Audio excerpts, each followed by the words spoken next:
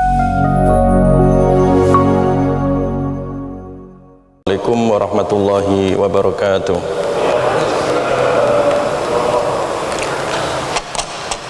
Bismillah, alhamdulillah, salatu wassalamu ala rasulillah wa ala alihi wa ashabihi wa man sara ala nahjihi ila yaumil qiyamah wa la hawla wa la quwwata illa billah.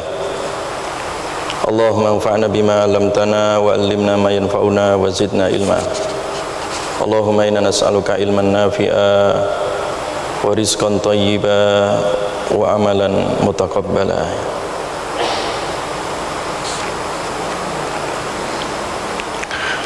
Amma ba'du, jamaah sekalian yang dirahmati oleh Allah Subhanahu wa taala. Alhamdulillah, dengan izin Allah Subhanahu wa taala kita bisa hadir di majelis ilmu yang mudah-mudahan kita senantiasa mendapatkan ilmu yang bermanfaat, ya. Sehingga ilmu yang bermanfaat itu bisa melembutkan hati kita dan semakin mengikhlaskan ibadah kita kepada Allah Subhanahu wa taala. Mudah-mudahan kita senantiasa istiqomah dan husnul khatimah. Amin amin ya rabbal alamin. Jamaah sekalian yang dirahmati oleh Allah, insyaallah pada kesempatan yang berbahagia ini,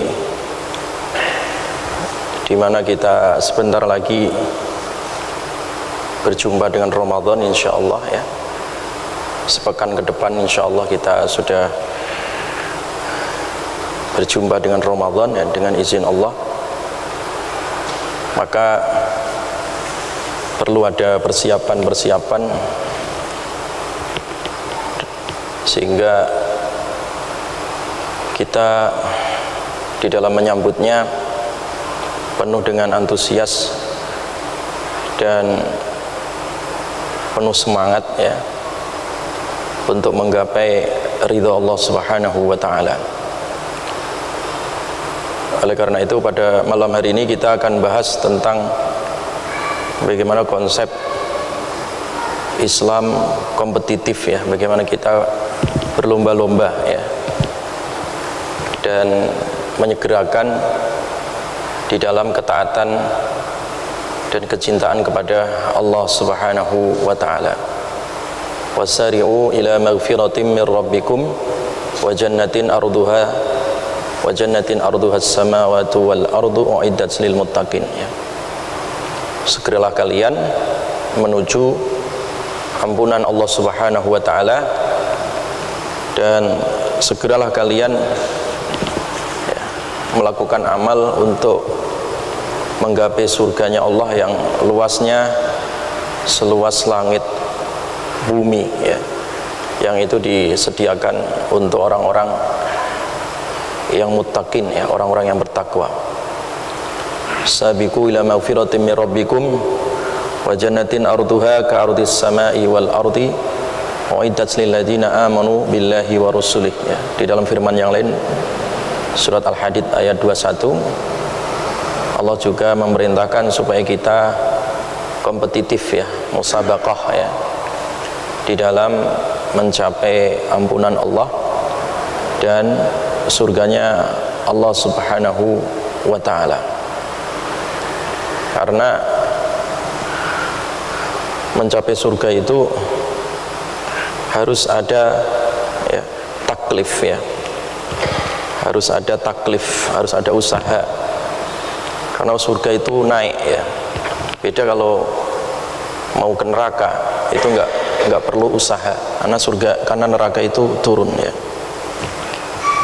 Nah, sebagian ulama membuat semacam analogi, ya, perumpamaan, ya, membuat perumpamaan. Kalau kecondongan hawa nafsu yang ujungnya bakal masuk neraka itu diibaratkan seperti air mengalir. Air mengalir itu maunya yang rendah, ya. Nah, supaya air itu naik maka butuh taklif, ya, butuh usaha. Nah, makanya Allah menurunkan syariat dan orang yang menerima syariat namanya mukallaf ya, dibebani syariat supaya dia naik ya. Dan surga itu naik, makanya disebut darajat ya. Kalau neraka itu namanya darokat ya, turun ya. Kalau surga naik. Ketika naik, orang butuh ngos-ngosan ya, butuh lari, butuh berjalan ya. Maka istilah di dalam taat kepada Allah itu dengan istilah wasari'u ya, bersegera ya. Sabiku, musabaqah lah, berlomba gitu ya. Kalimat wasari'u atau sabiku itu sebenarnya untuk pacuan kuda asalnya ya. Orang balapan ya, seperti balapan kuda itu, jadi membutuhkan tenaga, pikiran, modal, harta, mengorbankan segalanya ya supaya menang ya. Bahkan untuk mencapai surga pun harus mengadu nafas. Fabidzalika falyatanafasil mutanafisun ya. Falyatanafasil mutanafisun itu artinya apa? Bagaimana kita mengadu nafas ya, berlomba-lomba seperti orang lari ya, yang ngos-ngosan, nafasnya keluar ya, yang menunjukkan dia itu sedang lari untuk menggapai surga, seperti itu ya. Jadi oleh karena itu, itulah pentingnya kita berlomba-lomba di dalam taat kepada Allah Subhanahu wa ta'ala. Makanya besok di hari kiamat ada dua orang ya yang tidak disentuh oleh api neraka, karena di dunia dia antusias ya, semangat di dalam melakukan ibadah. Al-ainani la yamassuhuma an-nar, ada dua mata yang tidak pernah disentuh api neraka ya. Ada dua mata.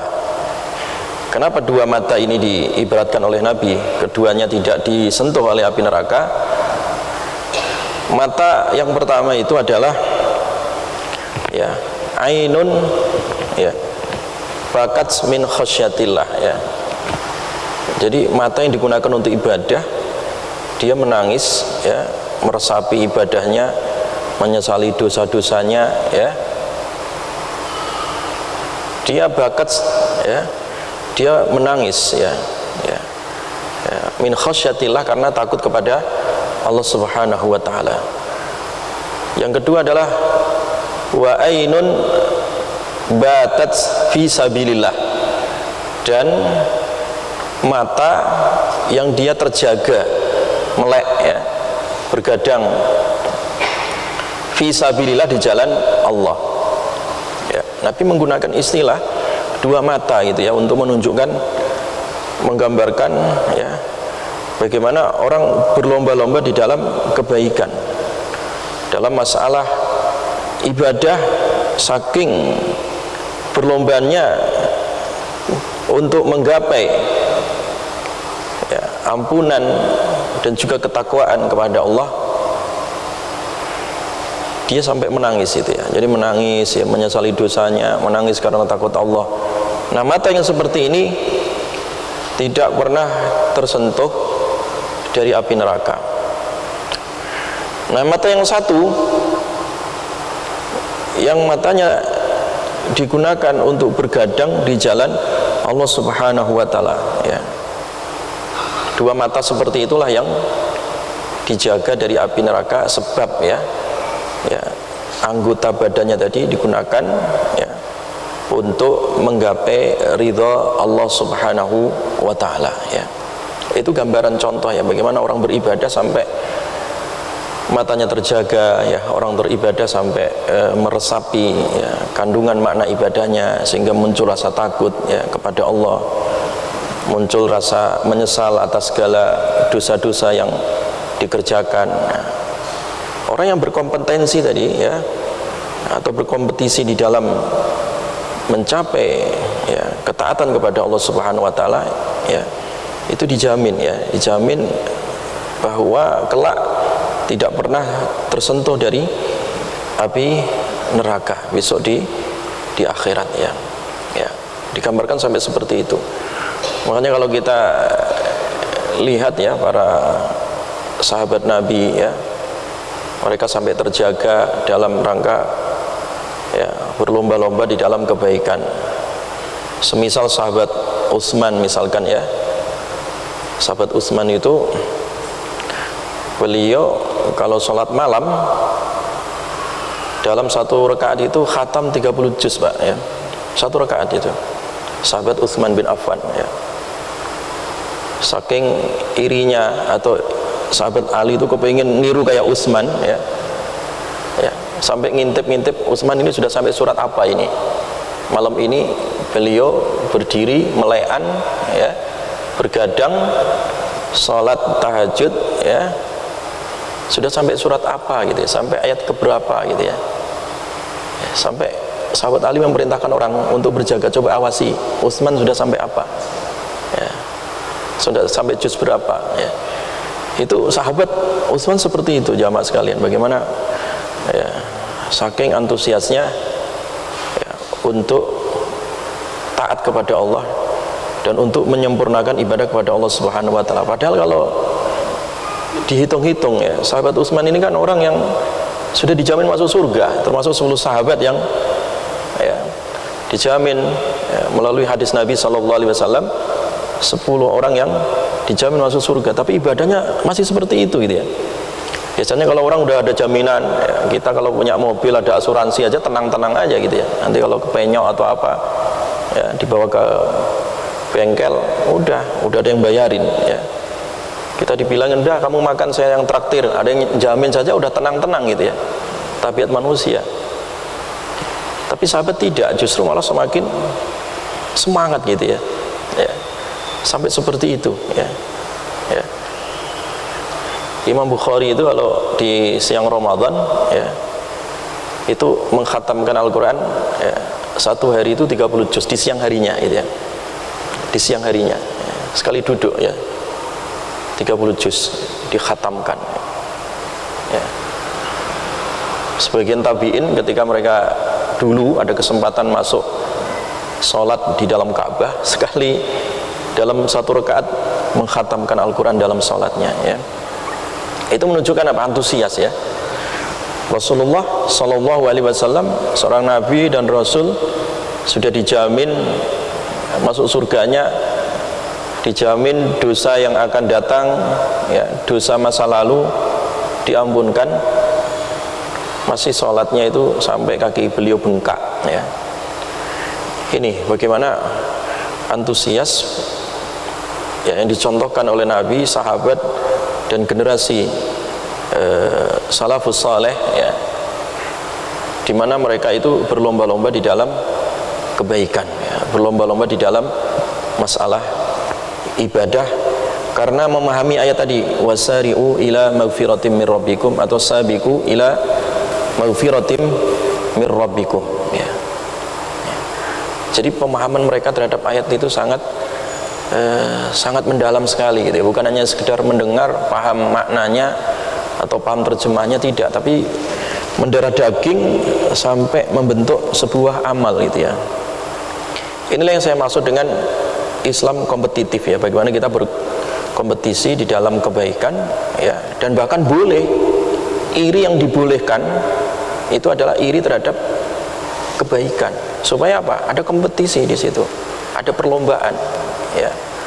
Makanya kan dua orang yang boleh dihasuti, maksudnya dihasuti itu boleh diiri gitu ya. Satu orang yang diberikan Al-Quran ya, dia membacanya ya pagi dan petang. Satu orang lagi orang yang diberikan harta, dengan hartanya dia dermawan, boleh kita iri dengan mereka. Bahkan kalau melihat masalah akhirat ya, lihat yang di atas ya, supaya apa?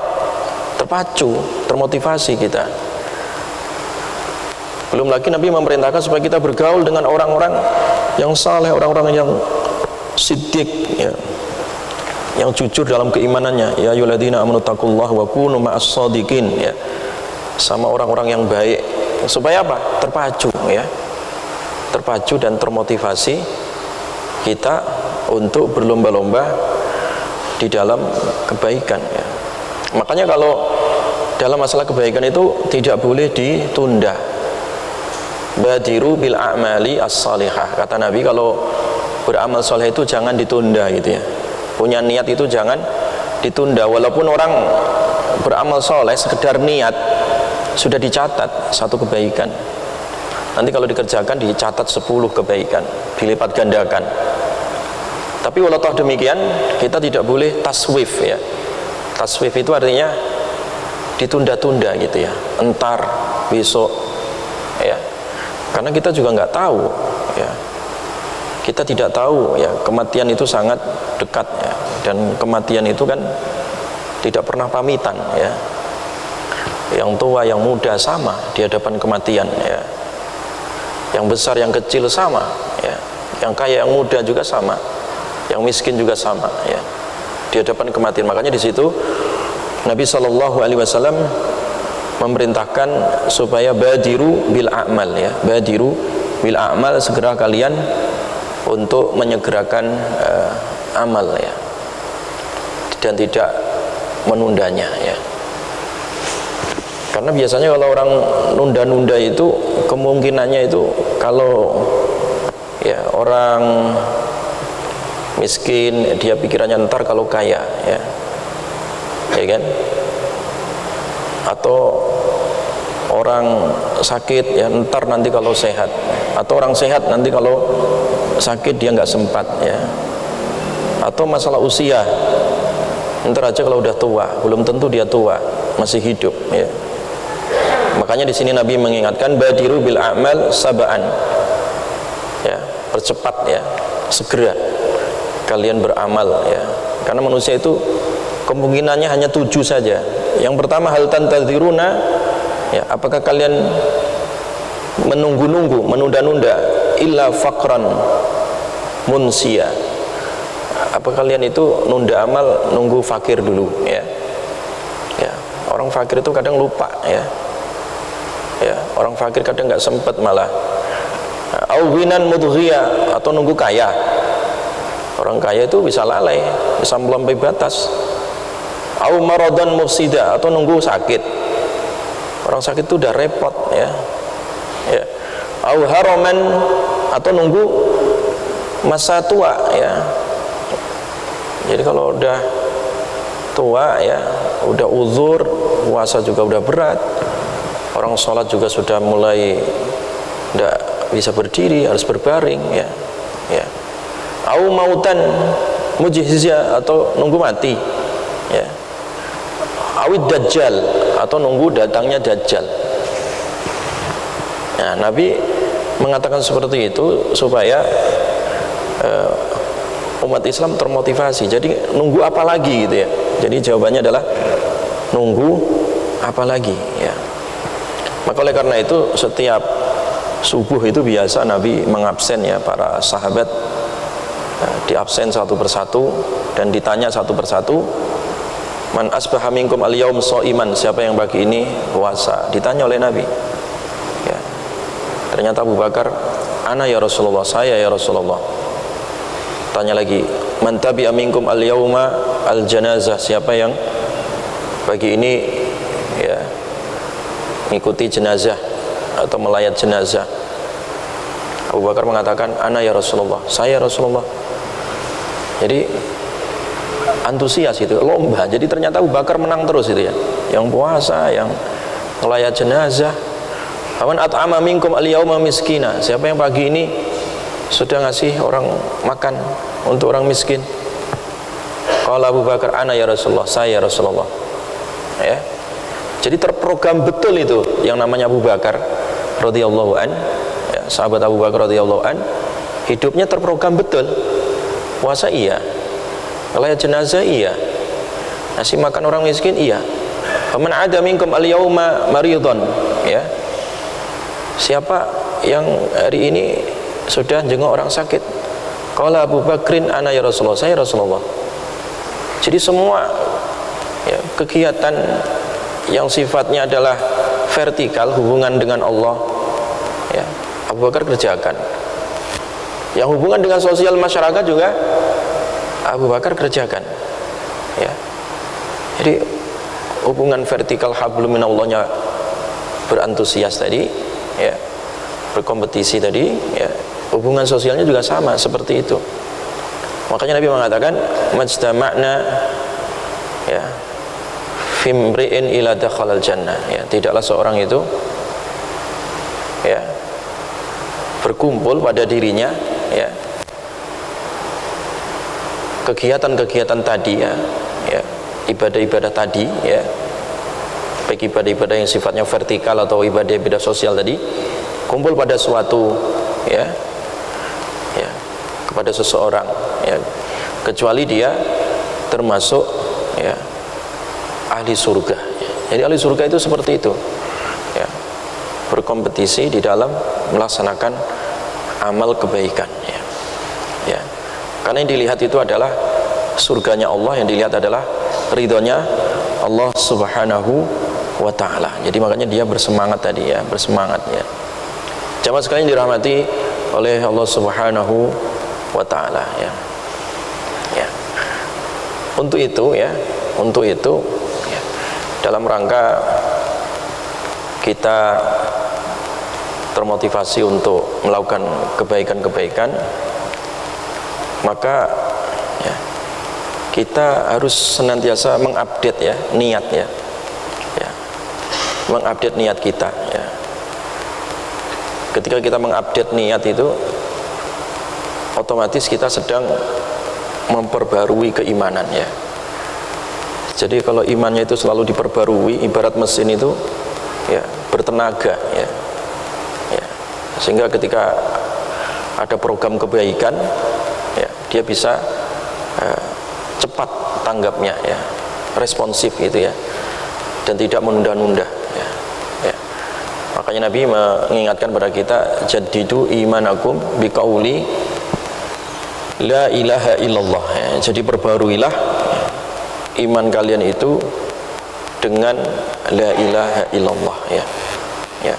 Artinya apa? Tajdidul iman ya, memperbarui iman itu ya sebuah kemestian ya di dalam diri seorang muslim ya. Ya. Iman itu kayak baju gitu ya. Wathiyabaka fatahhir ya. Iman itu kayak baju ya. Baju itu kalau sudah lusuh nggak dicuci ya, selain bau juga ya kelihatannya ya, kotor gitu ya. Ya. Tapi kalau baju itu dicuci ya, ya kan bersih ya, hilang najisnya ya kan, hilang baunya, hilang kotoran-kotoran yang nempel ya di baju tersebut. Makanya Nabi memerintahkan dan diperintahkan oleh Allah subhanahu wa ta'ala, wa thiyabaka fatahhir ya, bajumu bersihkan ya. Maksud baju situ ya baju lahiriah kita ya, sucikan dari najis ya, dan juga baju iman kita ya, ya, sucikan dari segala kotoran-kotoran keimanan ya. Ketika bersih, maka hati kita itu siap untuk menerima segala kebaikan. Makanya kata sahabat Utsman bin Affan, beliau mengatakan lau tahurat qulubukum ma syabi'at min kalami rabbikum. Kalau seandainya hati kalian itu bersih ya, maka tidak akan pernah kenyang ya. Jadi hati itu kalau bersih dia nggak kenyang dari kebaikan gitu. Makanya kan kalau dipikir-pikir, masa ya orang sholat malam dalam satu rakaat bisa mengkhatamkan 30 juz ya. Kemudian mengukur dirinya, lah saya ini setahun aja kadang nggak khatam misalkan gitu ya. Ya. Ada orang seumur hidup juga nggak khatam baca Al-Quran. Perbandingan dua hal, apa yang membedakan? Sama-sama makannya nasi ya, sama-sama dikasih hidup oleh Allah, sama-sama dikasih waktu 24 jam sehari. Kenapa beda yang sini dan beda yang sana? Jawabannya hatinya tadi ya, kalau hatinya bersih, kata sahabat Utsman bin Affan itu ya, dia nggak pernah kenyang itu, kebaikan itu nggak kenyang ya, terus dia haus terhadap kebaikan ya, sebagaimana hausnya ahli maksiat terhadap maksiat gitu ya. Kalau orang udah mencicipi manisnya iman ya, maka semakin dia melakukan kebaikan itu semakin nikmat gitu ya. Semakin nikmat ya, semakin haus untuk terus ya, melakukan kebaikan ya. Ya. Ada salah satu cucu dari sahabat Ali ya radhiyallahu an ya,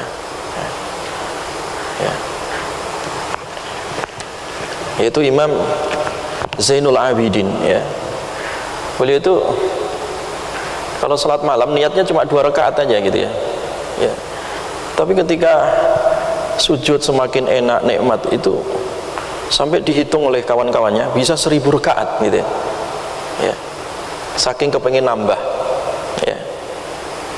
Ya. Kalau kita beribadah baru 2 rakaat merasa capek itu ya, itu berarti hatinya berpenyakit ya, atau merasa malas itu. Ketika beribadah itu pasti banyak penyakit di dalam hati kita ini ya. Ya. Karena apa? Karena orang yang hatinya bersih ya, ibarat wadah, ibarat gelas itu kosong ya, dia siap diisi air berapapun ya, selama gelasnya kosong dia siap menampung gitu ya. Sama hati kita, kalau hati kita itu bersih ya, hatinya bersih ya, diupdate terus, dicuci kotoran-kotoran hati tadi, dikeluarkan segala macam bentuk penyakit-penyakit hati ya. Maka ketika bersih dia nggak akan pernah kenyang ya. Lau tahurat qulubukum, lau tahurat qulubukum ma syabi'at min kalami rabbikum. Jadi kalau hati kalian itu kenyang, maka kalau hati kalian itu bersih, maka kalian tidak akan pernah kenyang ya, dari membaca atau mendengar kalamullah, yaitu Al-Quran, Al-Quranul Karim ya. Jadi makanya tadi supaya kita berkompetisi di dalam kebaikan ya, fastabiqul khairat tadi ya, maka langkah yang paling pertama adalah perbaiki niat ya, diupdate niatnya ya, dan juga bersihkan hati ya dari penyakit dan juga kotoran ya. Insyaallah itu ya, ketika kita melihat kebaikan itu bersegera ya, tidak menunda-nunda, karena tidak ada penyesalan yang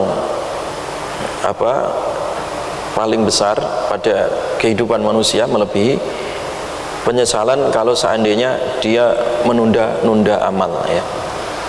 Ya. Makanya orang munafik itu ketika meninggal dunia atau orang kafir meninggal dunia, itu penyesalan pertama kali adalah penyesalan menunda-nunda ya.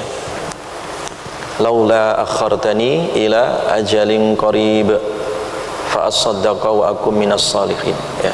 Ya Allah, tunda ya Allah ya, mundurkan sekejap saja ya, aku akan beramal soleh, aku akan bersedekah ya.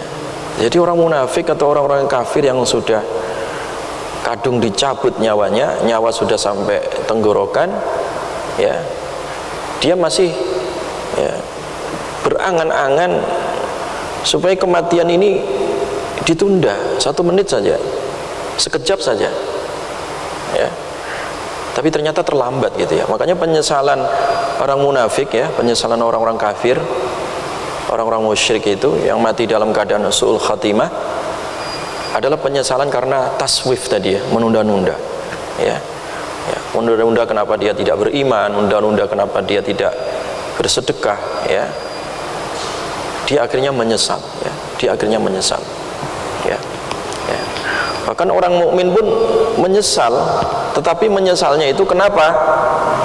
Ketika melakukan amal itu tidak maksimal, sama-sama menyesal, teman menyesalnya beda kelasnya ya. Kalau orang kafir tadi dia menyesalnya kenapa nggak beriman, kalau orang mukmin dia menyesalnya sudah dikasih kesempatan beriman, tetapi kenapa tidak maksimal di dalam melakukan ibadah itu ya, ya, melakukan ibadah ya. Ya. Pernah diriwayatkan itu ya, ketika Nabi SAW ya, mengunjungi salah seorang sahabatnya yang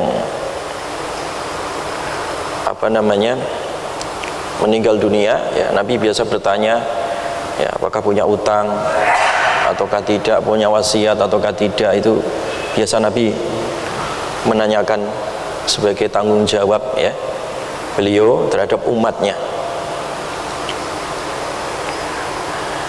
Keluarganya mengatakan tidak meninggalkan apa-apa ya Rasulullah, hanya saja ada kata-kata yang saya tidak paham ketika beliau di akhir hayat, ya. Ya. Dia mengatakan seandainya, apa yang dimaksud itu, ya. Ya. Ternyata, ya, manusia itu, ya, di dalam riwayat Musnad Imam Ahmad itu, bahwa orang itu, ya, menyesal, ya, ketika di akhir hayatnya. Orang beriman menyesalnya kenapa tidak maksimal gitu di dalam melaksanakan ibadah, ya, itu aja menyesalnya, ya.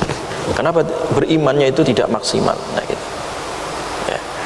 Ternyata dikisahkan itu salah satu kronologi peristiwanya, ya, itu si bapak ceritanya, ya, dia suatu ketika pulang dari masjid, ya, di rumah, kemudian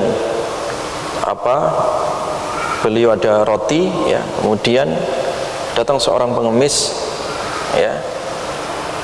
Seorang pengemis ini meminta-minta, akhirnya dicuil jadi dua, itu roti dicuil jadi dua, satu separuhnya untuk pengemis, satunya dimakan, ya.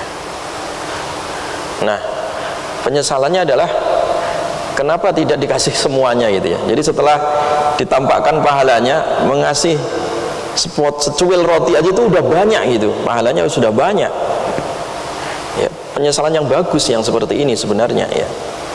Tapi berandai-andai, sang bapak ini berandai-andai kalau seandainya tadi tak kasih semuanya gitu, tentu pahalanya lebih lebih sempurna, lebih banyak gitu, ya. Ya. Makanya ayatnya itu kan, ya, lan tanalul birra hatta tunfiqu mimma tuhibbun, ya. Kalian itu tidak bisa mencapai puncak keimanan, albir, ya, sampai kalian menginfakkan dari apa yang kalian sukai, ya. Dari harta kalian yang paling disukai itu diinfakkan, malah begitu konsepnya di dalam Islam itu. Kenapa? Supaya orang berkompetisi, ya, ya, ya, berlomba-lomba di dalam kebaikan, ya. Supaya orang berlomba-lomba. Lan tanalul birra hatta tunfiqu mimma tuhibbun, ya. Orang tidak akan pernah mencapai kesempurnaan iman, ya, sampai, ya, menginfakkan dari harta yang paling dicintai. Mendengar ayat ini dibacakan, Abu Talhah, ya, datang kepada Rasulullah SAW. Ya Rasulullah, sesungguhnya, ya, harta yang paling aku cintai di Madinah ini adalah sumur, ya, yaitu yang disebut dengan sumur Bairuha, ya. Sumur Bairuha itu sumur yang dekat dengan Masjid Nabawi, sumur yang sangat besar, disebut Bairuha karena membentuk huruf ha. Bairuha itu dari kata bi'run ha, bi'run itu sumur, ha itu huruf ha, gitu, ya. Di mana Nabi dan para sahabat itu biasa wudhu dari sumurnya Abu Talhah itu, ya, mengambil airnya, meminum airnya, ya. Ya Rasulullah, ini adalah hartaku yang paling aku cintai, ya, kebun yang ada sumur Bairuhanya, ya. Ya, tentu mahal kalau di kita, dari sisi, ya, letak strategis, ya, ya, dari sisi kondisi kebunnya, di situ ada, ya, sumber airnya, yaitu sumur. Wah, itu nggak mudah. Di Madinah tidak semua tempat ada sumurnya, ya. Nah, inilah harta yang paling aku cintai ya Rasulullah, aku wakafkan fi sabilillah, ya. Itu contoh, ya, bagaimana antusias para sahabat kita, ya, ketika merespon ayat lan tanarul birra hatta tunfiqu mimma tuhibbun. Satu lagi itu ada sahabat yang bernama Abu Dahdah, ya. Abu Dahdah ini juga sama, ya, seperti Abu Talhah, ya. Ya. Beliau, kebun yang paling beliau cintai itu kebun yang sedang dipanen, gitu, ya. kebun kurma yang lagi panen gitu ya. Bayangkan itu kalau orang berpikir ya keuntungan duniawi itu berapa ya, kebun dengan ya berapa ratus jumlah pohon kurmanya yang sudah siap panen. Apa yang dikatakan oleh Abu Dahdah, wahai istriku, wahai pembantu semua ya, wahai pekerja, keluar dari kebun ini karena ternyata kebun ini sudah aku wakafkan fisabilillah. Itu imannya para sahabat itu tinggi sekali, luar biasa ya, bagaimana mereka berkompetisi di dalam kebaikan-kebaikan. Sudah Isya ya. Tapi jamaah sekalian, itu ya contoh ya, sekedar contoh ya, sekedar pengantar. Mudah-mudahan menjadi motivasi kita untuk senantiasa semangat di dalam beribadah dalam segala kondisi, dalam segala keadaan. Apalagi dalam kondisi kita menjelang menyongsong di bulan Ramadan ya. Mudah-mudahan Allah senantiasa memanjangkan usia kita untuk bertemu kembali dengan bulan Ramadan, memanen pahala dan juga memperbanyak ibadah ya, baik mahdhah atau ghairu mahdhah, dan berlomba-lomba di dalam menggapai ampunan Allah Subhanahu wa taala. Demikian, subhanakallahumma wa bihamdika asyhadu an la ilaha illa anta astaghfiruka wa atubu ilaik. Assalamualaikum warahmatullahi wabarakatuh.